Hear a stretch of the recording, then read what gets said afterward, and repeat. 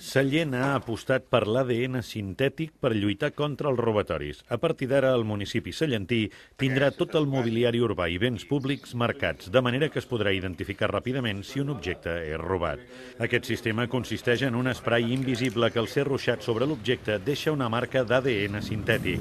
Així, la policia municipal de Sallent marcarà tots els béns del poble, tapes de clavegueram, bancs, pilones, de manera que si algú s'atreveix a robar-ho, la policia ho tindrà molt fàcil per identificar el material robat, ja que aquest queda marcat amb un codi que indica que pertany a l'Ajuntament de Sallent. Un cop la policia recuperi l'objecte, només ha de comprovar amb la llum ultraviolada i amb l'ajuda d'un escàner si pertany o no a l'Ajuntament. Consisteix en la marcació d'objectes a través d'un sistema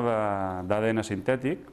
i uns micropunts. Això el que ens permet és marcar qualsevol tipus d'objecte, tenir un codi particular per cada ens o cada empresa o cada persona o cada ajuntament, pugui tenir el seu codi particular,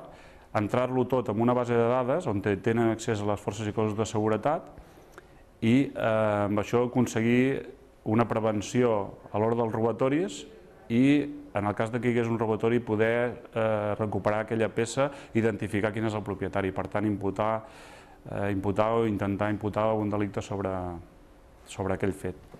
Es tracta d'un producte que perdura 25 anys sobre l'objecte en qüestió i aguanta temperatures de fins a 1.000 graus. Aquest és un sistema de marcatge molt útil per als robatoris de coure. A Sallent portem un temps en el qual hi ha hagut també alguns robatoris, com passa en molts altres municipis del nostre país, i el sergent, el cap de la policia local del nostre poble, ens va informar que hi havia una possibilitat de poder adquirir un element, que és un ADN sintètic, que ens permetria identificar el conjunt d'elements del mobiliari urbà o dels béns públics, i llavors d'aquesta manera el possible coneixement de la persona que ho ha fet en el cas que es trobin era molt més senzill. Vam tenir justament un cas també ara, per posar un exemple, que va ser el robatori de tot el cablejat de les enramades, que si l'haguéssim pogut tindre marcat amb aquesta substància, que l'haguéssim pogut identificar en el cas que trobéssim les persones, perquè estàvem parlant d'un volum de cable molt important, si el trobéssim en algun cas, si el tinguéssim marcat, haguéssim pogut saber què era aquell o haguéssim pogut fer el seguiment. A banda, també amb això hi ha un element dissuasori, un element com la informació que es fa d'informar la població i a la gent que els elements estan marcats, sempre hi ha un punt